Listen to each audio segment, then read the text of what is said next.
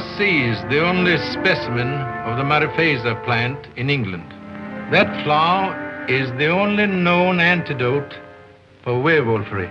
A very interesting folk tale, but of no value to the police.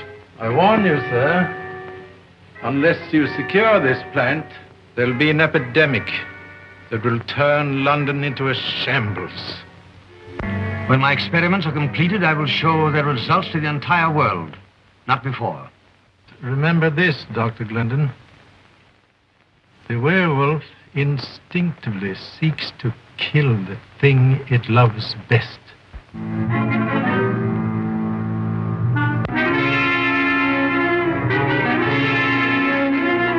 You brought this on me that night in Tibet. Sorry I can't share this with you.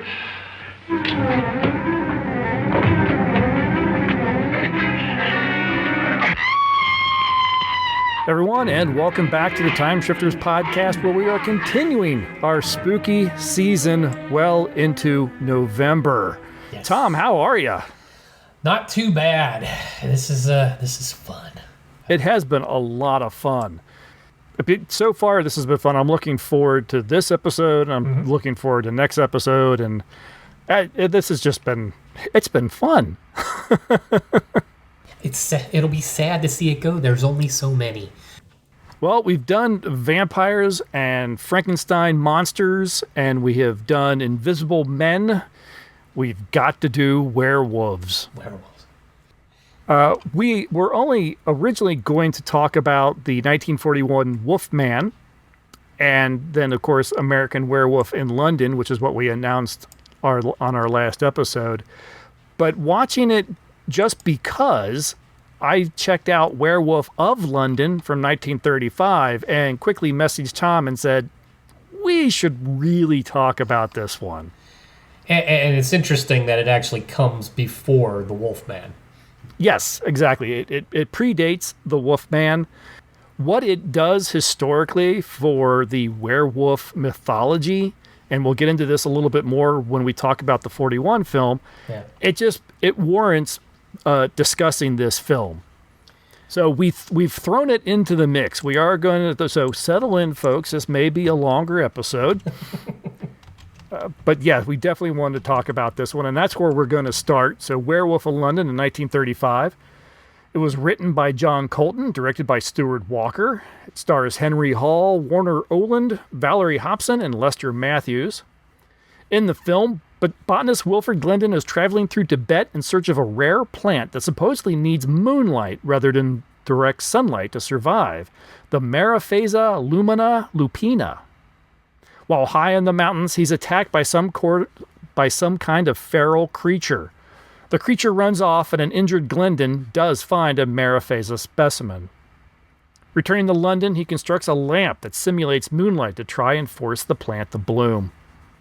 Having a party to celebrate his return and his discovery, he's approached by a Dr. Yagami, who claims that the plant is the only thing that can be used as an antidote for werewolfery.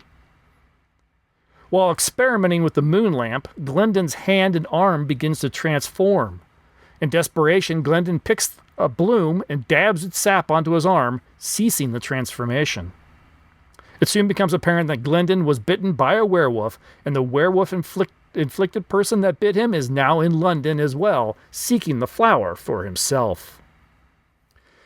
Now, this film, and what I was talking about, its significance with the werewolf mythology, this film is the first record of the idea of a werewolf bite transforming a person into a werewolf. Oh, really? And it is also the first time that a full moon is required for the transformation. Interesting. I didn't realize there were other variations on that. Werewolves in mythology were just, obviously, creatures of the night, worshippers of Satan and that sort of thing, and they could transform at will. And so, yes, you got to be a werewolf by, I guess, asking Satan to be a werewolf or something. there was no biting involved. So, I guess the Twilight series got that one a little closer to right.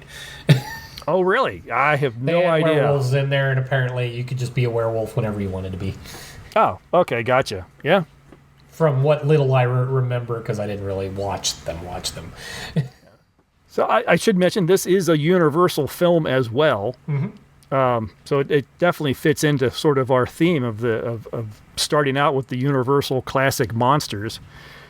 I wasn't sure if I had seen this one before, so I started watching it, realized, oh no, I have at least watched it once before.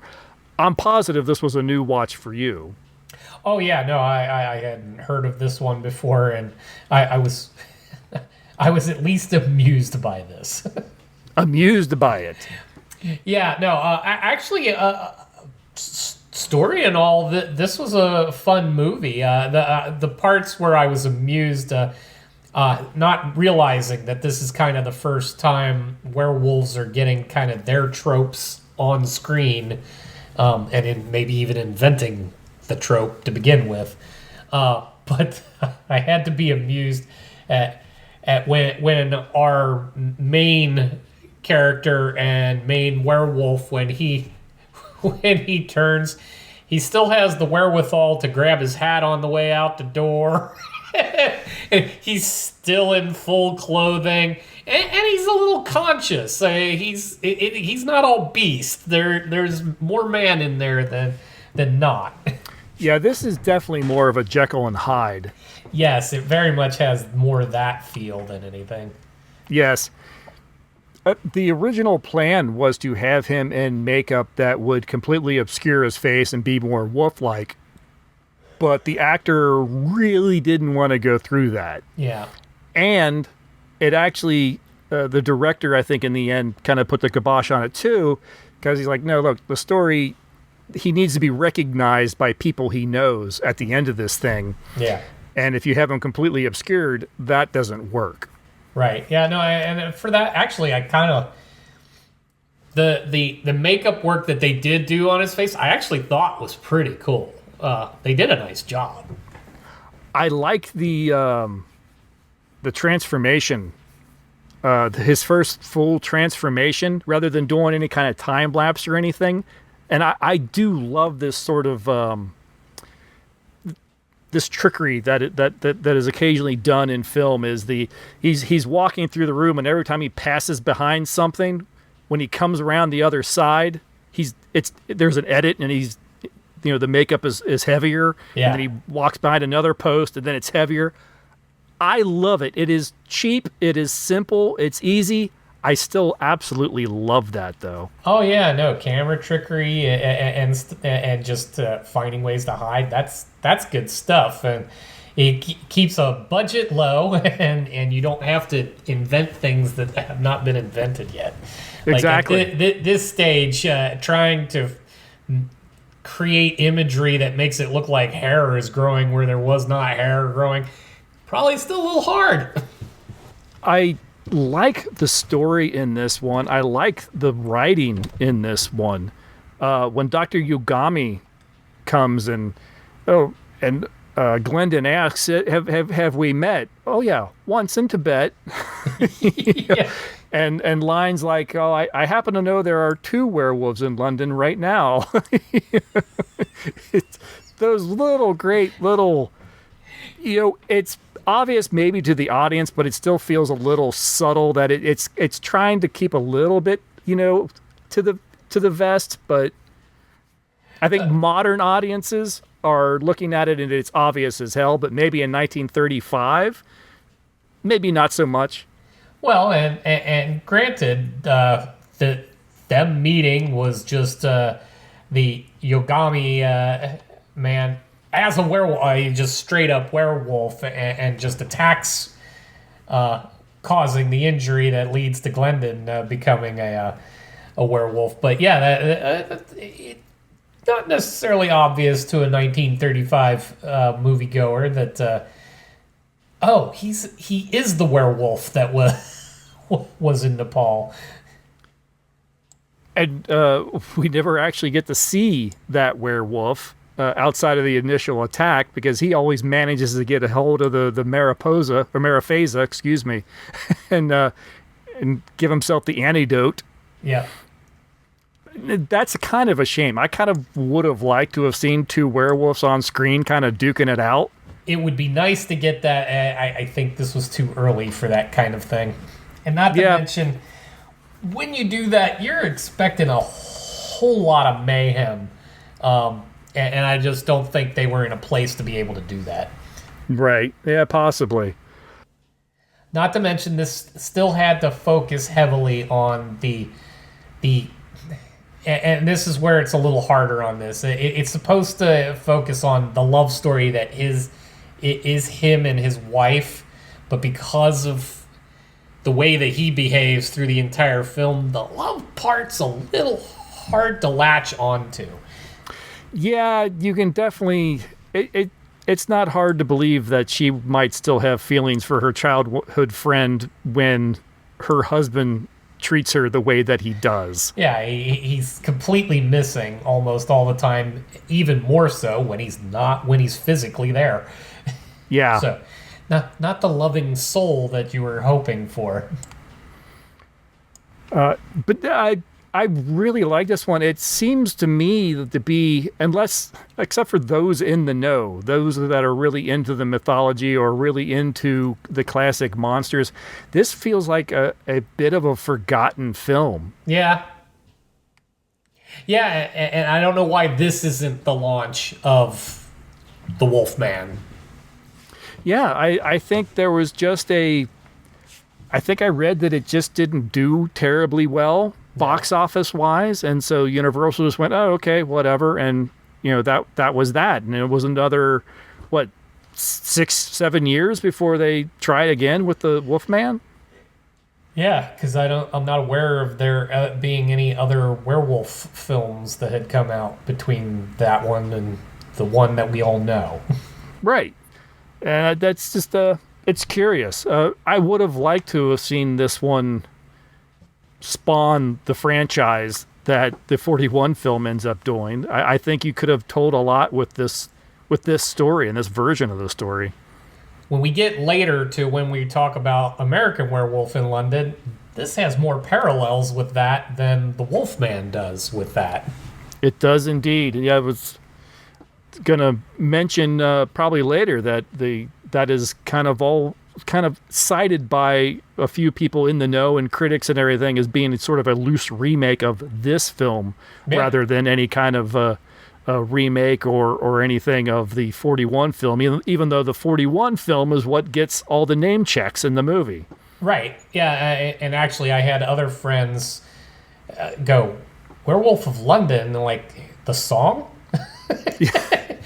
Is that in any way related to American Werewolf in London? I'm like, yes and no. It's tough to describe. Yeah, it's because this one has just kind of faded into obscurity.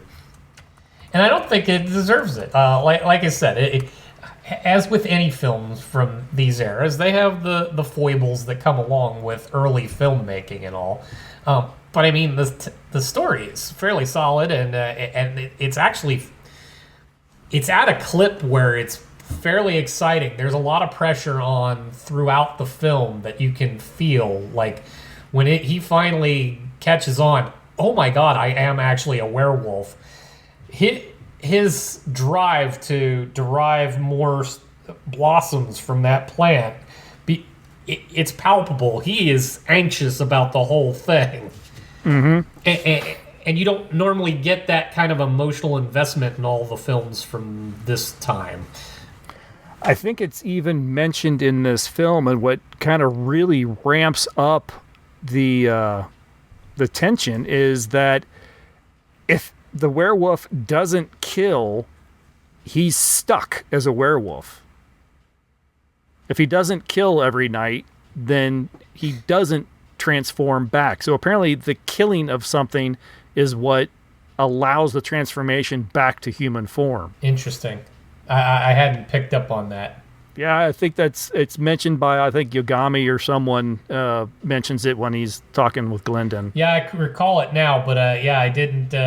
I didn't actually put a whole lot of weight into that at the time, but because, and then that becomes kind of a lost thing. So you say something like that. There is that tension, at least from what you know. But if you don't kind of get to see what that looks like, it takes a little heat off of it. Mm-hmm. I mean, usually it's the Chekhov gun. If you're going to say it, if you're going to mention it and not use it, then it doesn't play out quite so well. Yeah, that's a good point. No, fun film. I'm glad you enjoyed it. No, I did. Again, great class. Warner Olin, of course, this is him playing an Asian character before he takes on the role of Charlie Chan later in his career. Becomes very famous for playing Charlie Chan, Yes. and is actually one of the better Charlie Chans. I like Warner Olin as Charlie Chan, I'll admit it. It was interesting to watch just from the take on the British high society in London at this time, too. Because I like... If you're just in the presence of other people that you think fit into your societal level, like, they didn't even know who he was, but damned if he didn't just instantly get invited to the parties just because he's in the right place. Oh, and that woman that kept mispronouncing his name. Oh, this is Dr. Yamaha. Yeah. And his exasperated look on his face every time. He never corrects her, but he's just... Yeah, but if anything, I kind of dug the play on societal norms and such. They were made to look a little laughable in that, and I don't know if that was always so common at the time too. I understand you actually found a review for this film of the era. Yes, I did. Thank you, Wikipedia. They managed to dig up something.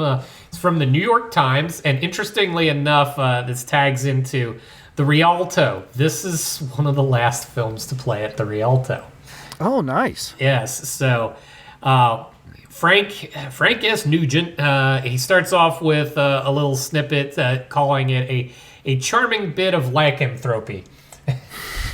And then says, designed solely to amaze and horrify, the film goes about its task of commendable thoroughness, sparing no grisly detail and springing from scene to scene with even greater ease than that oft attributed to the daring young aerialist.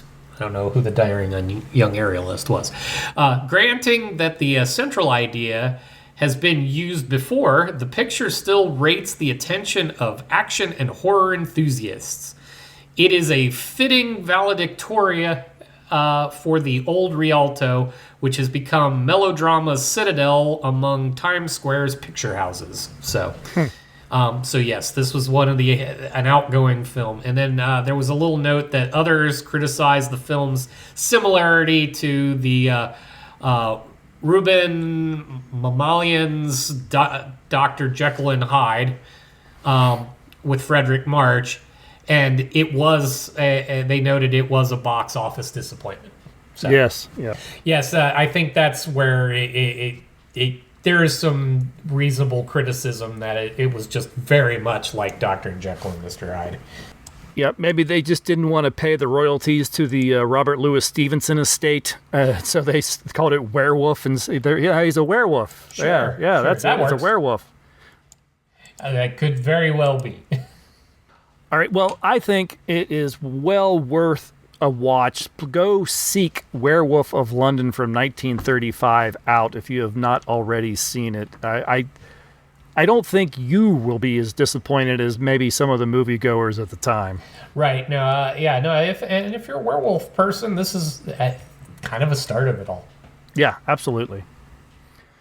All right, let's jump right into 1941's The Wolf Man. Actually took me a second to find this where I needed it on like IMDb or whatever because I didn't realize it's 2 words. Yes. No. That this is the only time I think you'll find that The Wolfman is 2 words. Written by Kurt Siodmak and directed by George Wagner, starring Lon Chaney Jr. as Larry Talbot, Claude Rains as Sir John Talbot, and Evelyn Ankers as Gwen. And we also have an appearance by Bela Lugosi as Bella, really stretching there, and Maria Ospinskaya. Larry Talbot returns to his ancestral home after the death of his elder brother and to reconcile with his estranged father. During his visit, he meets a local woman working at her family's antique shop. Despite the fact that Gwen is engaged, the two begin spending time together. During one of their walks, they hear a woman scream, and they discover a wolf attacking a friend of Gwen's, and Larry fights off the wolf in an attempt to save her. He manages to kill the wolf with his silver-handled walking stick, but not before being bitten. When police investigate, they find the woman dead, and Bella, not a wolf, beaten to death. Larry, now a suspect for the murder of a man, is told by Bella's mother, Maleva, that Bella was a werewolf, and that Larry is now one as well.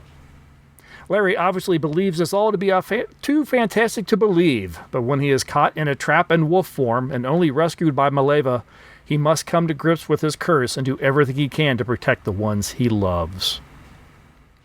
Now, this is another one that kind of brings in some werewolf mythology and stuff to it, like the idea of, I believe this is the origin of, it can only be killed by the silver bullet or a silver stake or the silver-handled club. Well, and they also make mention loosely. It breaks with with the killing of Bella, but they made some mention of being killed by somebody that loves you. That was mentioned at one point. So, and I held on to that because that'll come in the next one. Yeah, I think it was mentioned maybe, but I don't know. It doesn't hold water because him killing Bella with the silver stick, he didn't even know who he was. So right, yeah, I'm not sure if I don't recall if that's mentioned. You could be right. I'm not going to say that it's not in. No, there. I remember it being mentioned. I just don't remember how that was supposed to play out, or if it was actually instrumental. It was just kind of pointed out because. Spoiler alerts: the Wolfman dies, and is killed by his father. So you're to assume that there was some love there, but and they also made mention at one point. Larry mentions that he can see a pentagram in Gwen's hand, right? And that's supposed to mark who his next victim is. Yeah, well, we see that with Bella too. Bella sees the pentagram in the hand. He's supposed to be palm reading. Yes. Jenny, I think her name was, Gwen's friend, and sees the pentagram. And I think it's mentioned by the Bella's mother when she's talking with Larry. Gotcha. That was the sign of their next victim. When you see the pentagram on him. This film actually kind of backpedals a little way away from the idea of the full moon. Yeah. In this one, it is just the autumn moon. Interesting. Because we hear, I think, 3 or 4 times in the first 15 minutes of the film, even a man who is pure in heart and says his prayers by night may become a wolf when the wolfbane blooms and the autumn moon is bright. Everybody knows that old story, apparently.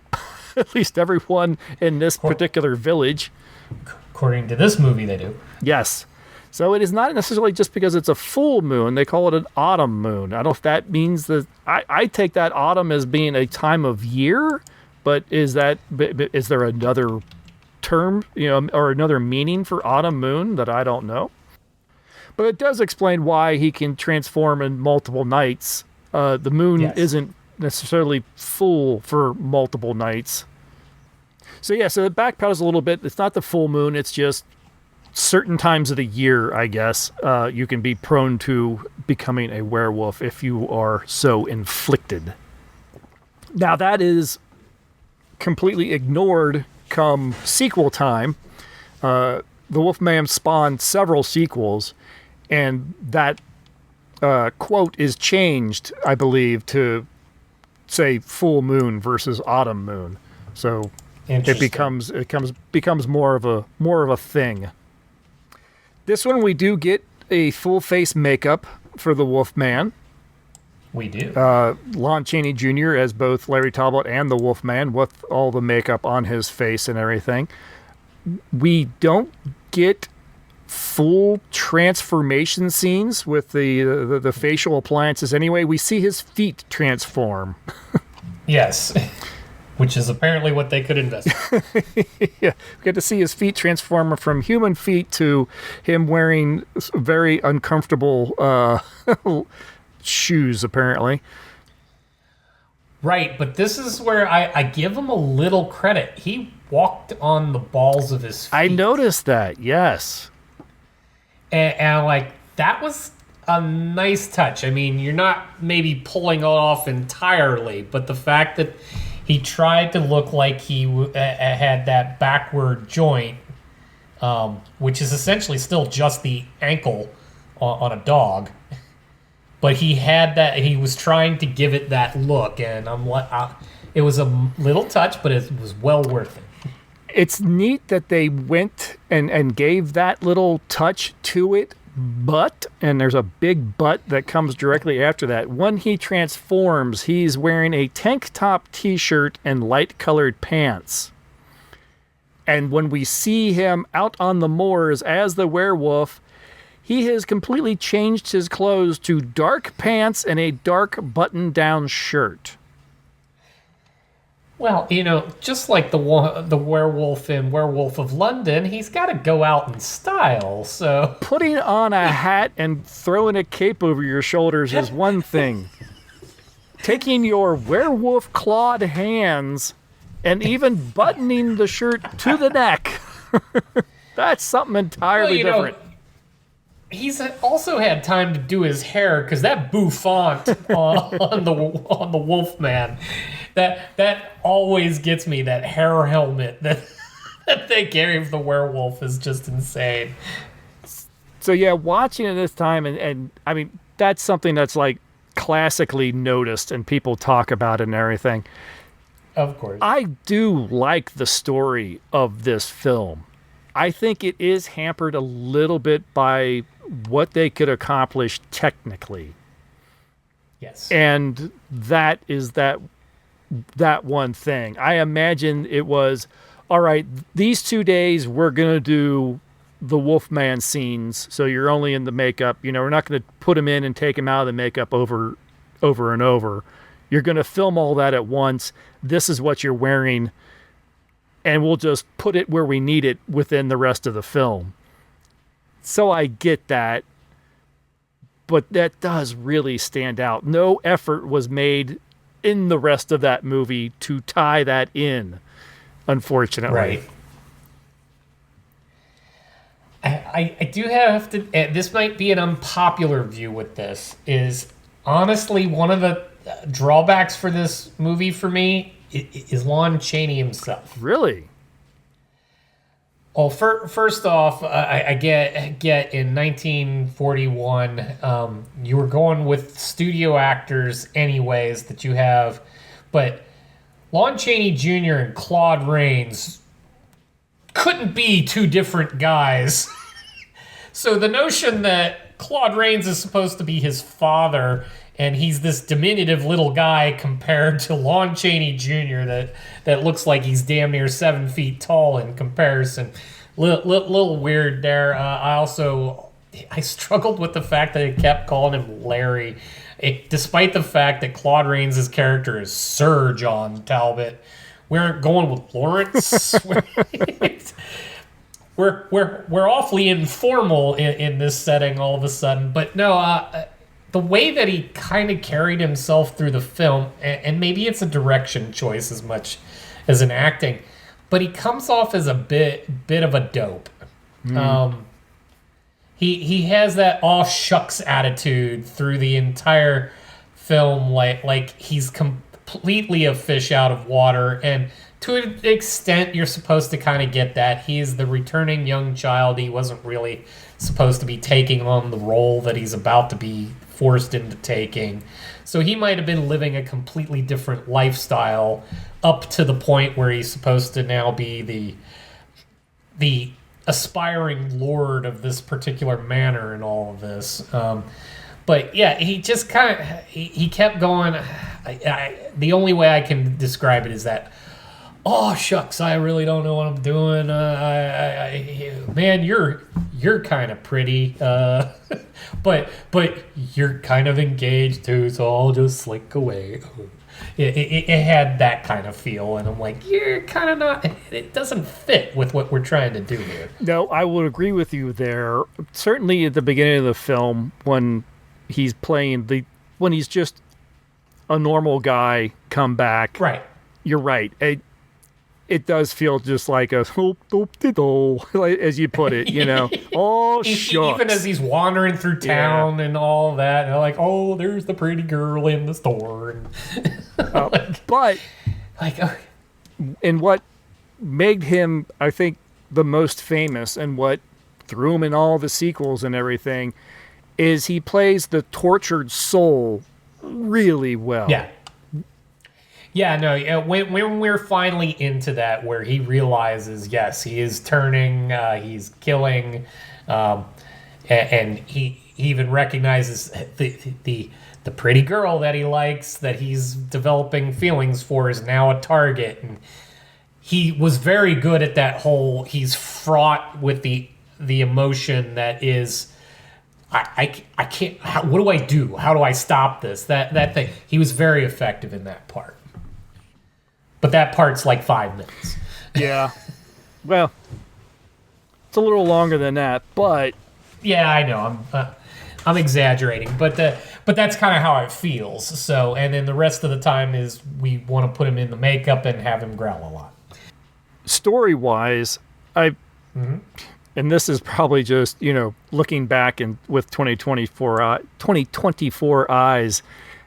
Right. The whole opening scene with the telescope and him effectively spying on the village below. Granted, I'm pretty sure the telescope is for astrological viewing, and they were just using that to sort of align the new lenses and such. But A, he does it, and B, effectively brags about it to the girl he was spying on. And everyone just sort of, well, okay. Yeah, not at all creeped out by the fact that the rich people on the hill are watching us like bugs. Yeah. I mean, at least they do give her enough to go, oh, I'll be sure to close my blinds from now on, and that sort of thing. But she obviously comes across as being a little, it doesn't seem like bothered, just lightly weirded out, but she quickly sort of just brushes it aside. Yeah, it's that whole, well, that boys will be boys kind of attitude. Like, thanks for the tip that you're creeping on me. I guess I wouldn't have expected anything else, but I appreciate that you outed yourself. And that's actually another, minor niggle, I guess, of mine that I pointed out, is talking about the technical limitations. Is they're supposed to be up on a hill and on top of a castle, in the attic of the castle, looking down onto the village. But everything we see through the telescope lens is eye level with what we're looking at. It's one of the newfangled telescopes. Yeah. Strategically placed mirrors throughout the village, you're bouncing off of. They're trying to just get an idea across, and it works fine, but I guess it really doesn't work, because from that angle, what you'd really see is like her feet on the floor. Right. It's also one of those things, you could have also just not done it, and that would have been fine. He could have just decided to go, I'm going to go walk through the village, and seen her through the window. Right, yeah, exactly. But yeah, you had said that this was a first time all the way through watch for you. Yeah. Again, you knew of it. You'd probably seen clips and that sort of thing. I'm familiar with the story and all that. It's told repeatedly in different ways, and you can always see the clips in classic menageries of filmmaking and all that. So, But yes, this is my first time full sit through the movie. So what did you really think of this one, especially compared to the others we've watched so far, and your first time watch with an Invisible Man last episode?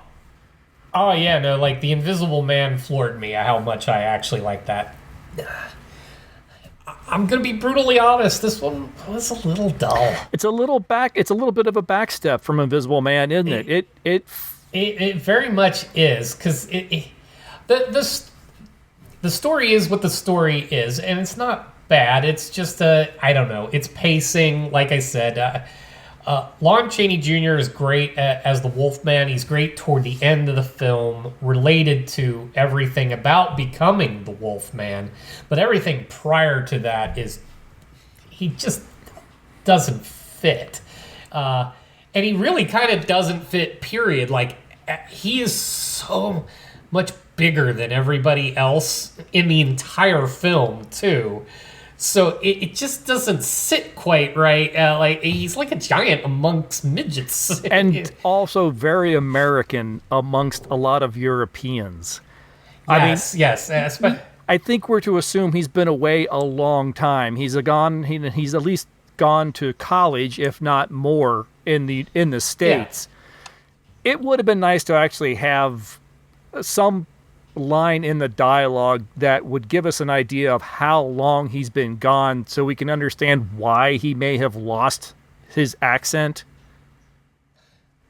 That would be good. But I mean, this is supposed to be a family of means. He is about to take over being the lord of this estate.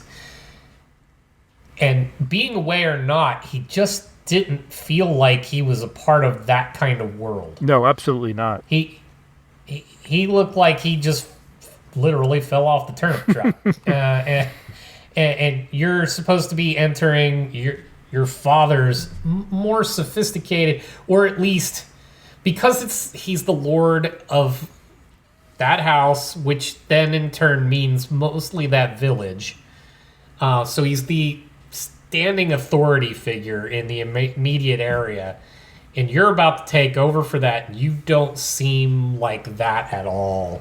So the family doesn't do anything in the upbringing, even if he goes abroad to study, that prepares them for the possibility of this. That doesn't seem quite right. I think he's even more of a standout when you compare him, and you mentioned it earlier. You mentioned it more of a physicality between him and Claude Rains, but just the manner in which the two men carry themselves is also just as different. And I think having someone like Claude Rains in the role as Sir Talbot, it only really emphasizes how much Lon Chaney Jr. doesn't fit. Right, yeah, exactly. So, and that's the part that's throwing me with it. There's a good story here. I even like that element. He believes he's killed a wolf. He's saving a woman from a wolf. He gets injured during that, but after those circumstances, it's clearly Bella that's dead, and he can't find his wound. It seems to have gone. Or has it? Because most of the film is like, oh, I guess it's all healed up. You don't really see it. It's like they're playing it really weird, like, oh, I'm showing you, but don't look at the camera, you know. But then he shows it to the old woman, and we finally see his chest, and there's a pentagram. It's like, wait. Right. So no one else saw that? Or maybe when he showed his dad, I forget when, but suddenly at the end of the film, there's a pentagram on his chest where he was bitten. Yeah. That wasn't there when the doctor examined you at the beginning of the film. Is there a scar or isn't there? For 1941, I don't know that they were prepared to pull off the sophistication of what they had kind of started, but they had actually laid the groundwork for a good psychological drama. That whole notion that he thinks he killed a creature, he does not understand the creature was a man. So when the dust settles, everybody sees that a man's been killed. he has a different perception. This lays all sorts of groundwork for insanity and all that, and they touched on it a little bit in the film, but they don't have the background to really go anywhere with that because psychology's not fully a thing yet. So. Yeah, well, you had the doctor going, no, he needs to get away and rest, and his dad going, nonsense, he needs to work and face his fears. Right. There's a lot of tough love versus medical science saying we need to back off a little bit. Nonsense, let me get my belt. Yeah, there's a lot of that, and I think you could take the storyline and do so much more with it now, and coincidentally, there is about to be a new Wolfman film. So, we'll see, but yeah, you could go more places with that than they probably had the ability to do. Yeah, I think you are definitely onto something there. Still a fun watch, though, and definitely worthy of the, if you're going through the Universal Monster films, definitely one that you need to check out.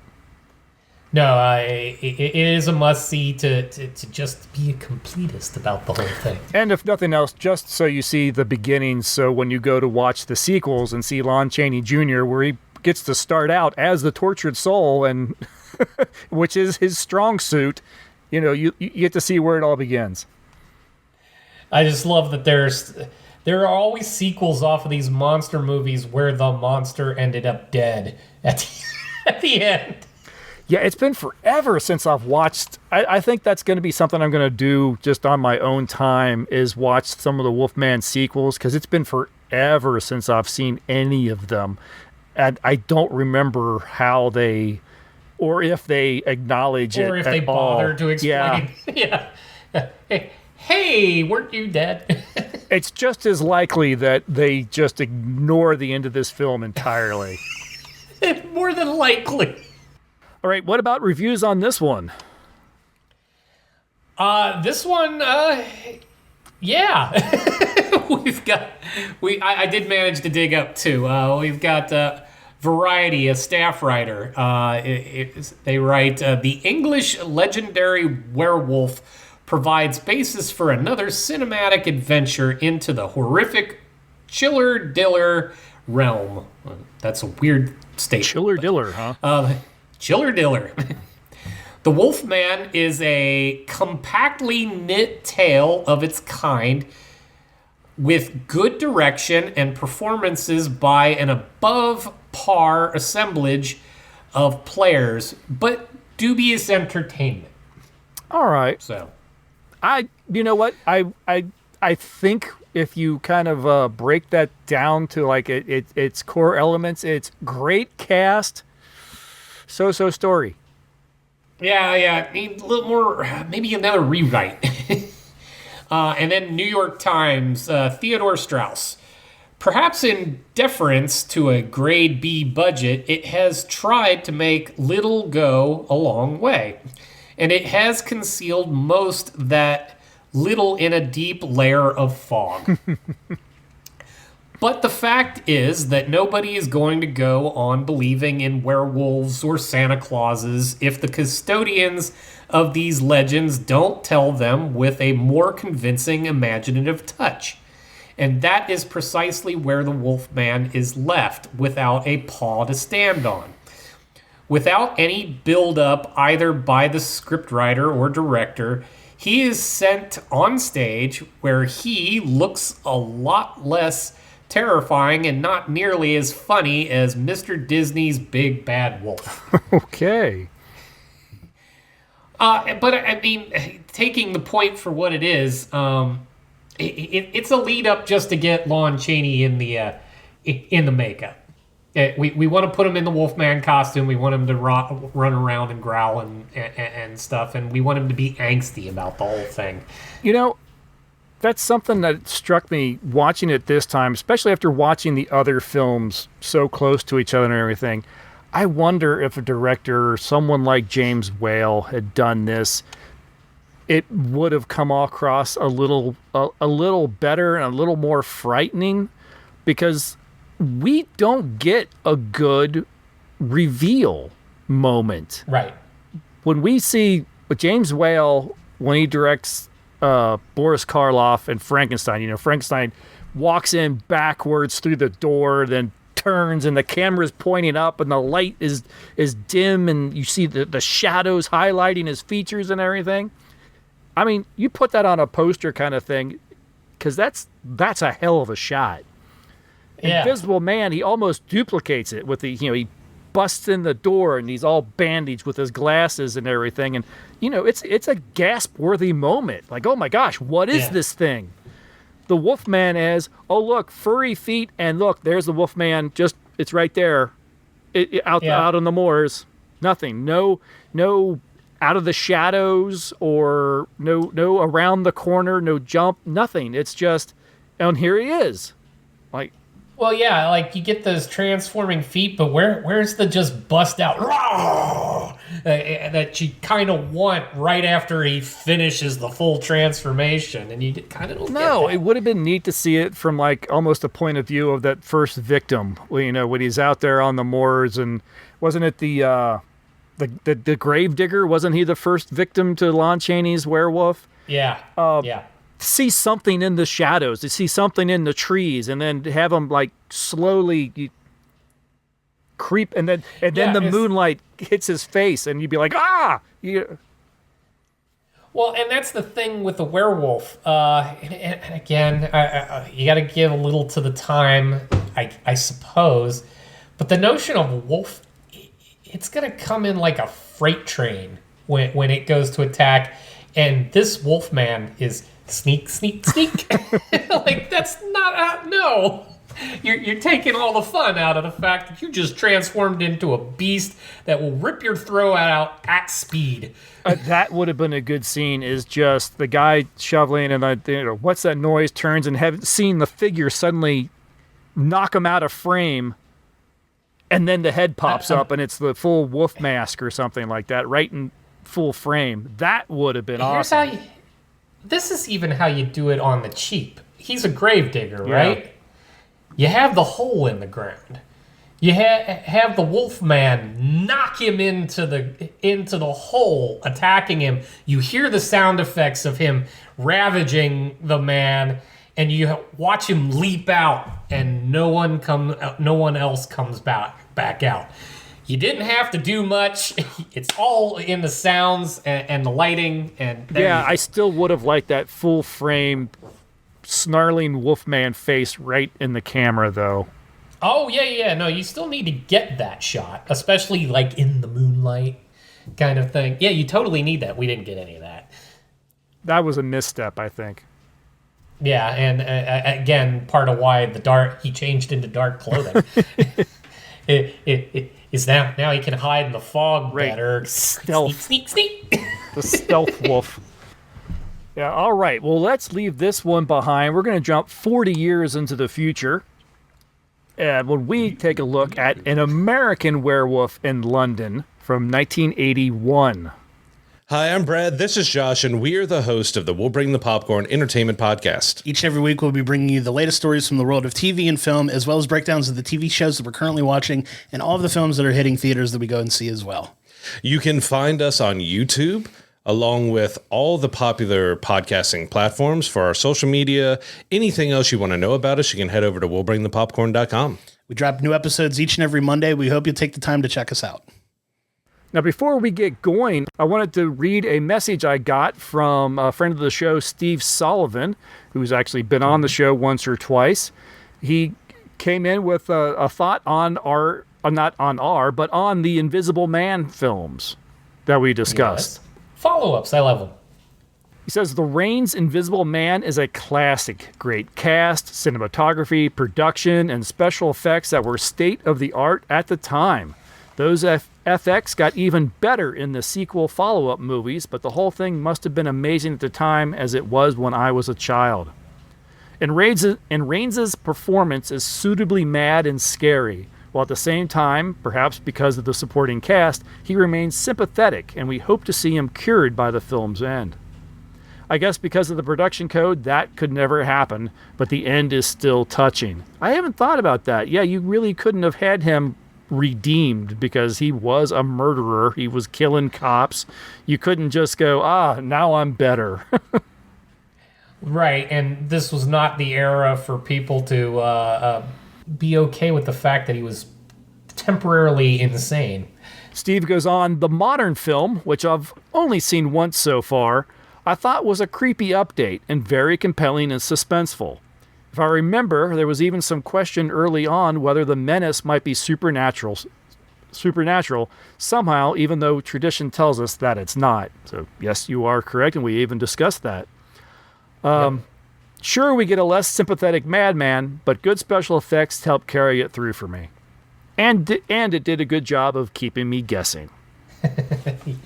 Yeah, to the point where if you think about it too long, too hard, you can continue to keep guessing. Yeah, I think we even brought that up in the episode where we were kind of thinking of like, what happens next? Where do we go? Did she? Didn't she?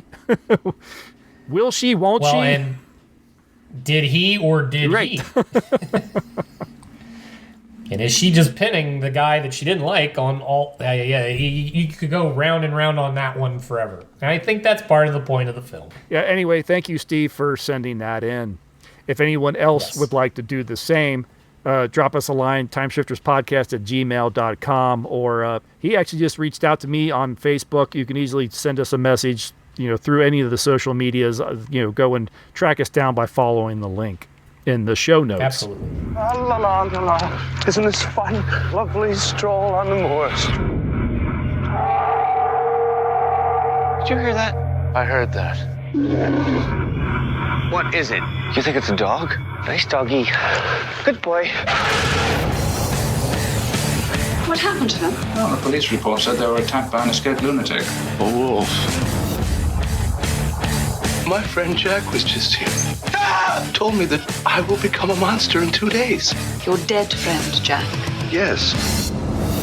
Gotta believe me, David. Believe what? You're one of the undead, and I'm a werewolf. Tomorrow night's the full moon. You're gonna change. A what? You'll become... I know. A monster. This one was written and directed by John Landis. It stars David Naughton, Griffin Dunn, and Jenny Agutter. A couple of friends, David and Jack, are backpacking through Europe when they wander off the road and onto the moors where they're attacked by a vicious animal. Jack is killed and David seriously injured before locals rescue them by killing the beast. David wakes up several weeks later in a London hospital. A local police inspector tells David that the locals told him that they were attacked by an escaped lunatic. But David insists it was some sort of rabid dog of some kind. An undead Jack appears to David and explains that it was a werewolf, and that David is now cursed as well. Jack implores David to kill himself to end the werewolf bloodline so he and other victims can finally rest, and to prevent David from hurting anyone else. David doubts his sanity, as does a friendly nurse, Alex, who is trying to help David after being released from the hospital. When David does transform under a full moon and goes on a killing spree, he has to face the truth and find a way to end his life before he kills again. Now, this is a film I have seen before, but it has been so long. I'm trying to remember if I have seen it since the first time I watched it. And the first time I watched it, I know, is one of those situations where I'm at a friend's house at some party or something, and I probably was too young to be watching something like American Werewolf in London. I have to think I've seen it at least once since then, but it has been decades. So much fun to revisit this one. What's your experience with this film? This is one, I probably caught it in a sanitized version aired on TV at some point. Yes. And then probably rewatched it as a video rental, probably somewhere in the 90s. But I don't think I've seen it again, at least not in its entirety, since. So it might as well be a fresh watch for all I remember. Yeah. Other than bits and pieces of like the transformation scene and stuff. Once you see it, that's in your head. Oh yeah. The image of the undead Jack, again, kind of lives in your head for free after you see it. I didn't remember almost anything about this particular story, and it was really interesting. After having watched the 35 film, there's a lot of similarities between these two films. Yeah. Yeah, I mean, we lose the aristocracy in all of this, but some of the basic framework is there. You eliminate Tibet and all of that, but you still get the attack, which is essentially almost the same. There were two on that mission. One died, and then one returned a werewolf. It's actually kind of a little bit of a blend. I like that they kind of sprinkled elements of the 41 film into this. Yes, instead of traveling through Tibet, it's Americans traveling through Europe. They are attacked, but when the thing that attacked them is killed, right before he passes out, he looks and he sees a person rather than a creature. So that's a little bit of the 41 film sneaking in. The idea of it was Bella. They find the body of Bella instead of a wolf. Right. Yeah, no, so they took elements they liked from both. But yeah, no, it was fun how much Werewolf of London, kind of lots of story hints that all paralleled, including a trip to the zoo. Yeah. But as I said, the 1941 film, again, this is a Universal film, so it's not surprising, I guess, that they're going to name check their movies.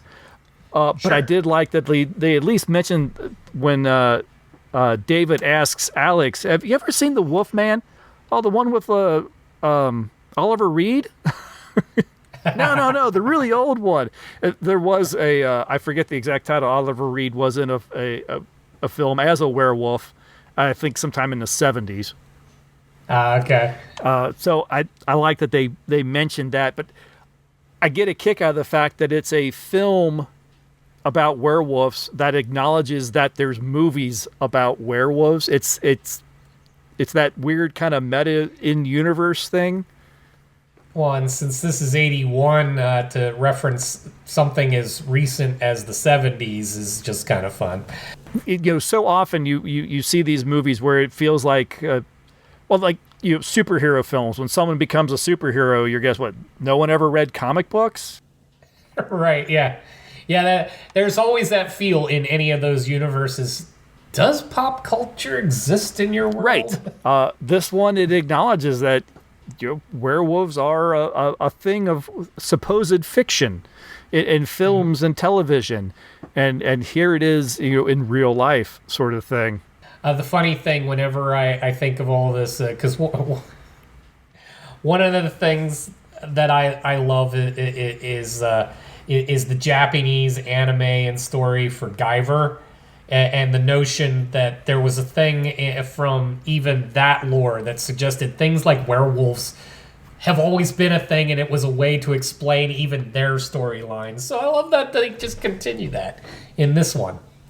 Absolutely. And I feel like there's a lot of homages to the early Universal films in this, especially in the beginning when Jack and David, they walk into the pub and immediately everyone stops, the music stops, and they all stare. That is right out of those old, whenever anyone walks in. And that's literally the first scene of The Invisible Man. And I'm like, oh crap, we're getting this one? We're literally going to do this one right now. I love it. Yeah, the strangers bring everything to a halt at the local bar. Well, and it's that notion that is the local bar a bar, or is it just where family all hangs out because they all know each other all way too well? I really want to see the story about the people of the slaughtered lamb, of the village. Right. There's more story there. They know something's going on, or they know exactly what's going on, and they know there's a werewolf out there, and they try to hide it. Why do they try to hide it? Do they know who that person is? Are they all in on it and are just trying to keep it under wraps? Their story. I want that story. You do, but my problem with it is my same problem with the entire inn to begin with is I just could call it for what it is. They're just a bunch of dicks. Like they're there to save their own ass. They don't want to be involved what's about to happen. They know something's about to happen. Whether the werewolf breaks out and just eats sheep or something, they know now is not the time to be outside. That's why they're all there. And that's why they're all there and not in their homes. They want the safety of the many. And then when these two boys walk in and they basically drive them out, that's bad enough. But apparently in numbers with firearms, they can put down a werewolf without a problem. So they sent them out there to die for almost no reason whatsoever. Yeah, the motivation of them all is bizarre, because they could have easily just said, oh no, welcome, sit, have some tea, have a beer, stay here the night. Well, it's rainy, it's cold, it's better here, and you guys can set out in the morning. They could have been nice about it, but you're right, they drove them away, and there was just only the one woman behind the bar going, you can't send them out. You can't send them out tonight. Right. Yeah, you're right. I mean, why were they like that? They weren't. They could have kept them there.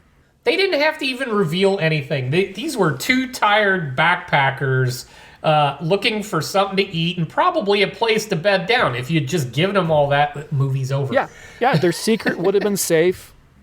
And here's the thing, if the werewolf was as easy as it was for them to kill, why didn't they just go do that at different time? But see, that's got to be something to the story. They had to know who the werewolf was. And when it's not the full moon, he's like the model citizen, and everyone likes old man Johnson over there, except it's the town pastor. Yeah. Except he's great, except for his time of the month. You gotta give him some. But yeah, no. Well, okay. I'll accept that we should get a version of the story with that, but yeah. Otherwise, there was no reason for David to become a werewolf or for Jack to die. No. None at all. No, it was definitely murder on the hands of those villagers, or whatever you want to call them. Where was the damn village? This bar seemed to be in the middle. The slaughtered lambs seemed to be in the middle of nowhere. Right. They're trying to find an inn or a home or anything, and there's nothing. There's no cars. How did these people even get to this damn thing?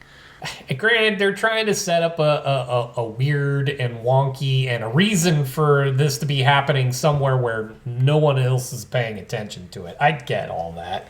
But yeah, the circumstances were bizarre. It was dumb reasoning to even let them go out, and you didn't have to give up your secret. You could have easily just shown a little hospitality, put them away, send them on their merry way the next morning, and nothing would have happened. And on top of it, then their village wouldn't have been scrutinized by anybody else. Exactly. Yeah, so they ruined it themselves, and there was no point to it. So that right there. Granted, this is supposed to be equal part comedy to horror, but that was a little too much. But we do bring in the mythology of the pentagram from the 41 film, although there's no scars or you see the pentagram in anyone in your next victim or anything, but it is on the wall. Right. I believe that was that in itself is, I think, a little bit of an homage. The idea of a silver anything is dropped. You are quite capable of killing a beast just with your a standard firearm. Yeah, they did it with a shotgun. The idea that its victims are cursed as the undead to walk in the ghostly realm was a new one. It was a new one, and And an interesting take on the concept as well. They walk as ghosts, but they appear as when they died, and they continue to decay the longer they're in that state. So does that mean there's an end to being a ghost at some point? Yeah. Are they just walking? Are they just piles of bones laying around? Kind of, waiting for that werewolf to die any day now. Yeah, because and Jack was going fast. Yeah, he was. But Jack makes this film.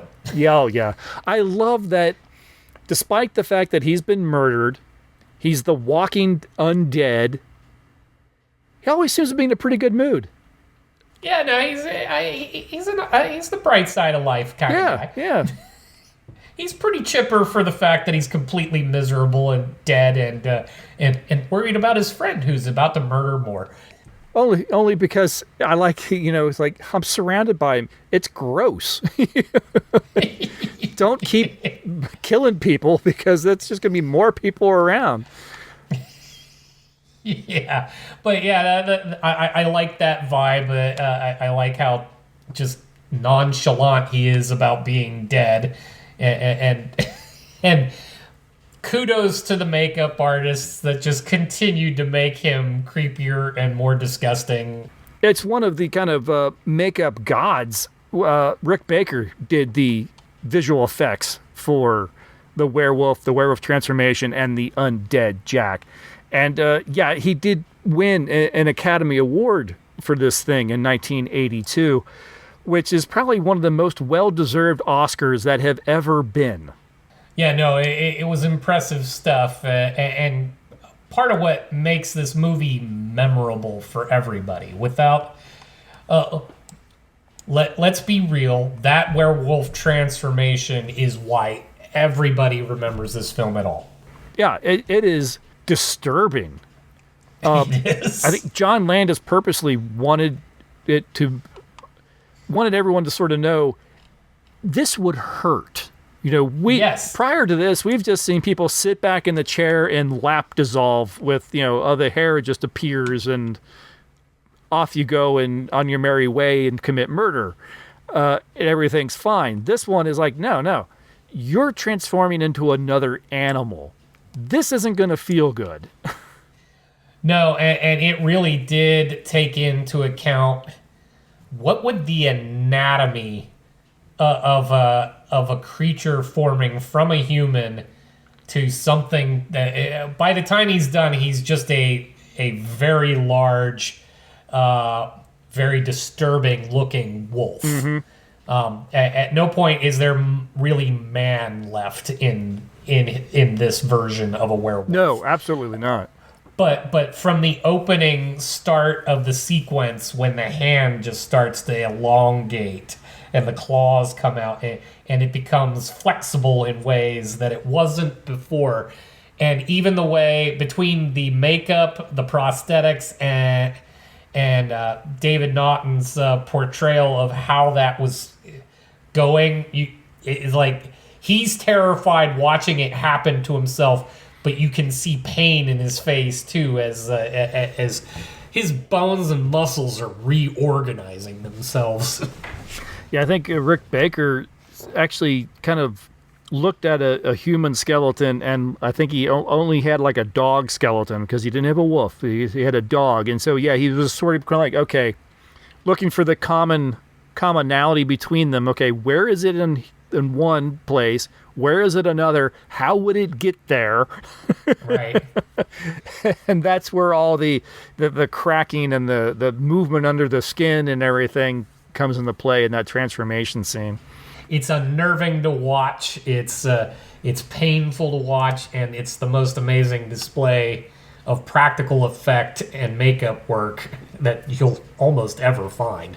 I think that's one of the reasons this film is still watched today and is still regarded as highly as it is because of those practical effects. Yes. Other than those effects, it does feel very late 70s, early 80s. Story-wise, acting-wise, visually, it is those effects that pretty much say this is a movie that's, those effects anyway are, snippets out of time.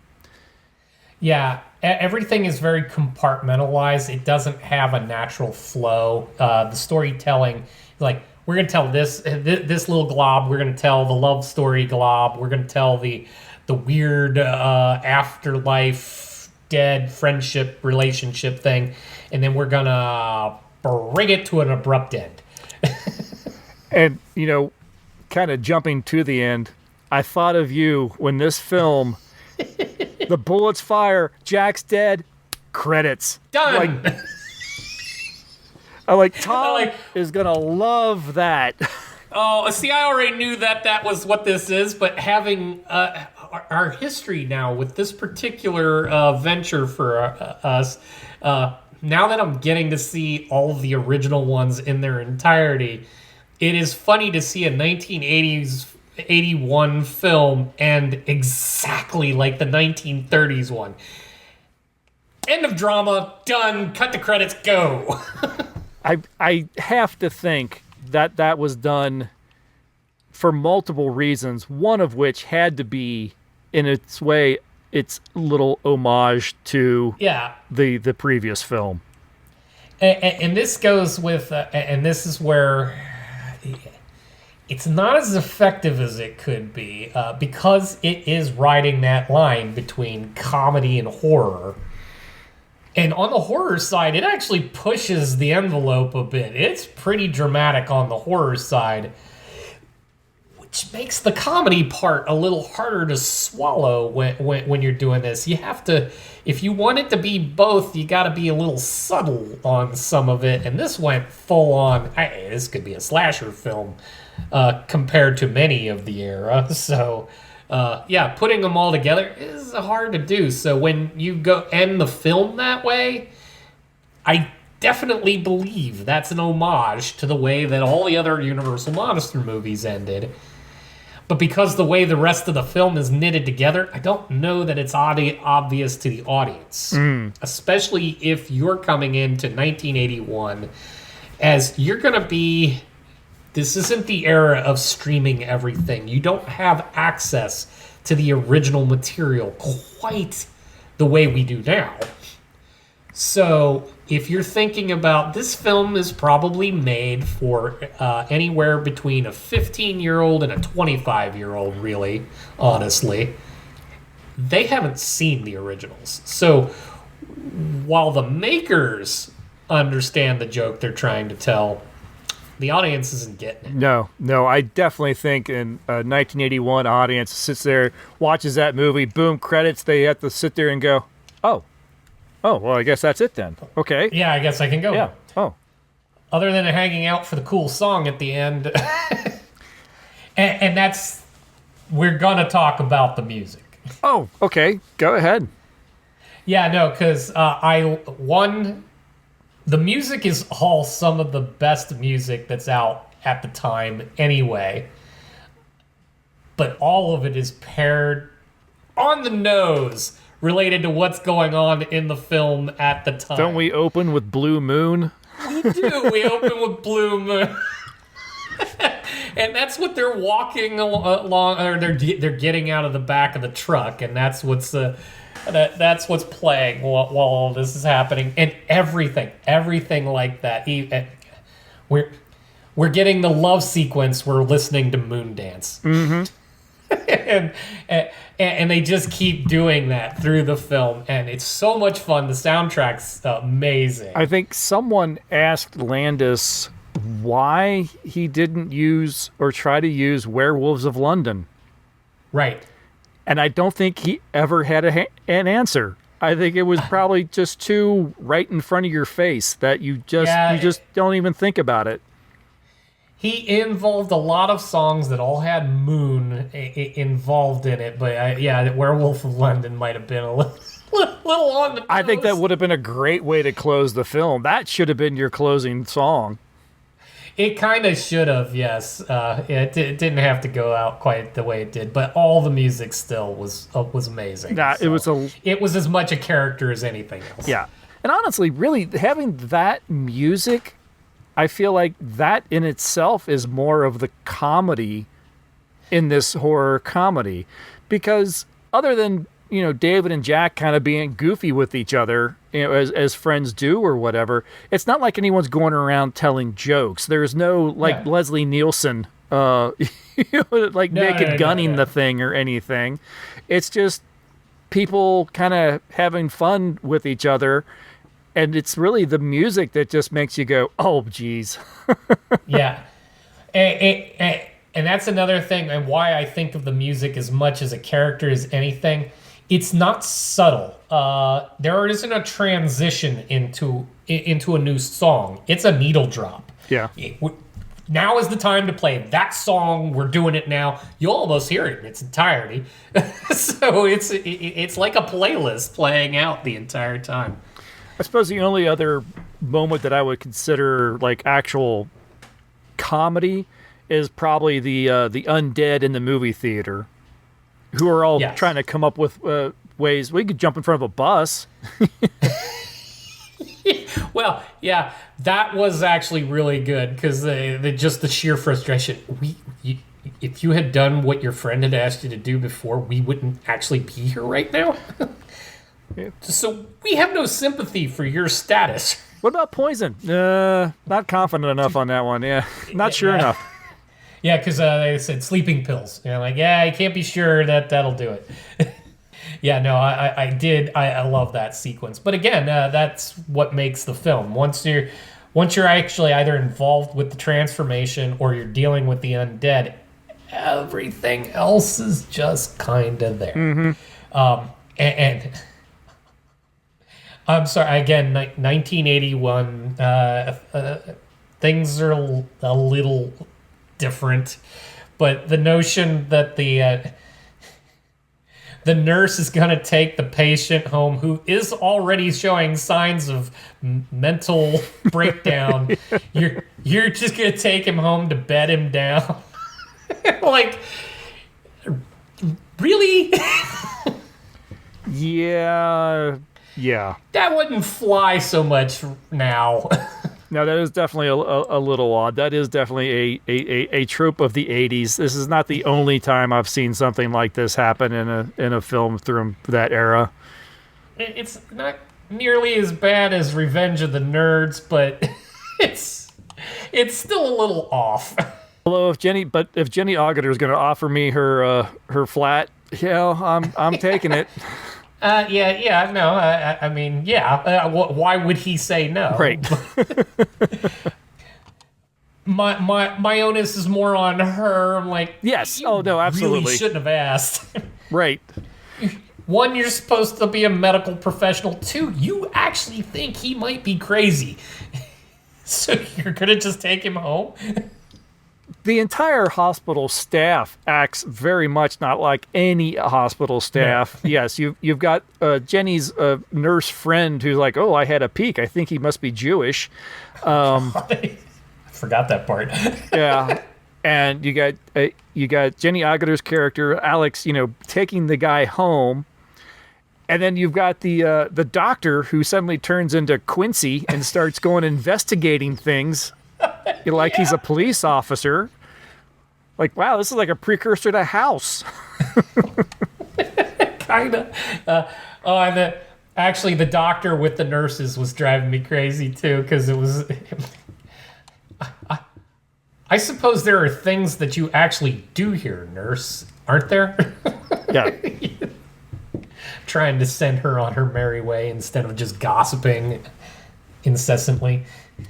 I do love watching this film this time that I've got a Doctor Who connection with this film. The doctor in American Werewolf in London appeared in Doctor Who in the episode Armageddon, or the story Armageddon Factor with the Fourth Doctor. Oh, really? Yeah.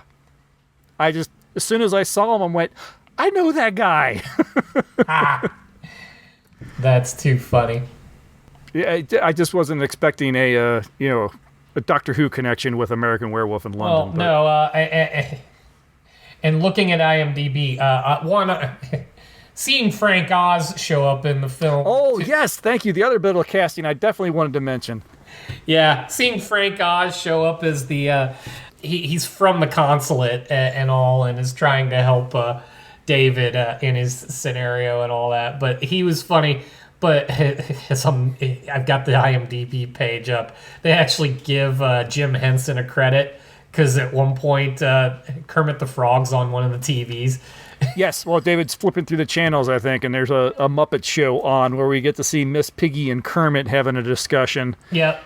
So Frank Oz effectively appears twice in this film. Yep.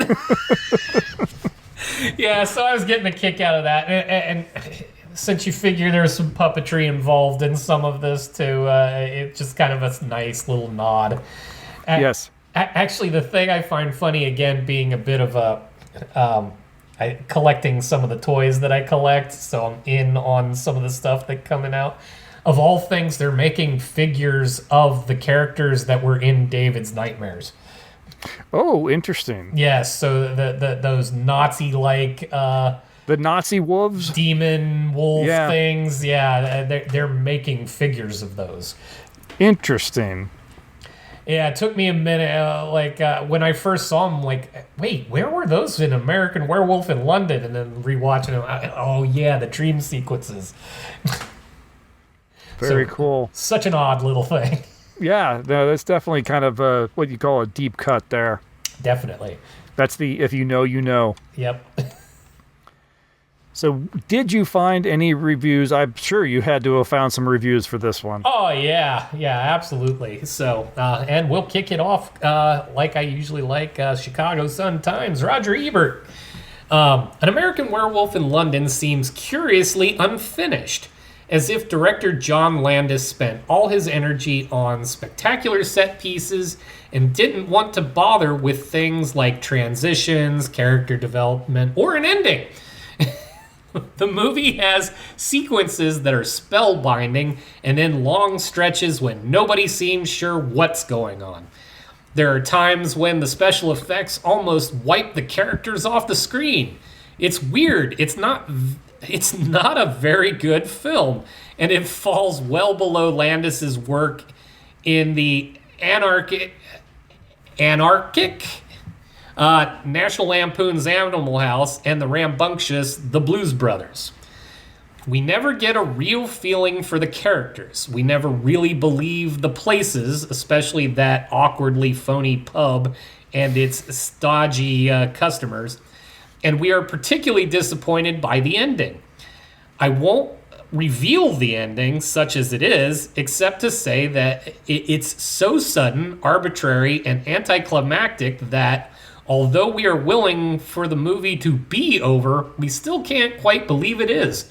Roger's not even making a tie back to the originals. He's just completely put out by the... And again, he would be in a situation. When's the last time he saw an original? And how? Yeah, that's very true. Because this was 1981. This predates the home video market. It does. Yeah, so you tag that. So in short of... somebody showing them in a retrospective with actual reel-to-reel. Or on TV. I mean, they would be like on your UHF Sunday afternoon. Yeah, you got a rebroadcast of some kind. Mm-hmm. Moving on to the New York Times, Janet Maslin. John Landis, who also directed Animal House and the Blues Brothers, has the makings here of a much better movie than either of those. He's serious about the hipness of his two leading characters who behave even after one has been killed by a werewolf and the other maimed, as if this were all part of a fraternity hazing. Mr. Landis is also serious about making this a horror film that packs a wallop. For a while, he is able to fit both of these seemingly irreconcilable ingredients into the same movie, the offhand humor and terror too. When the movie backfires, which it finally does, it's because too much grisly footage has been used too lightly. Mr. Landis's comic detachment, which has been fascinating throughout much of the movie, is something he holds on to even when deeper response is needed. Eventually, it becomes less comic than callow. And that goes along with kind of what it's riding a line. It wants to be both and not quite pulling them both off. And then I have one more because there was plenty to choose from for this one. Chicago reader David Kerr. It's a failure. Less because odd stylistic mix doesn't take.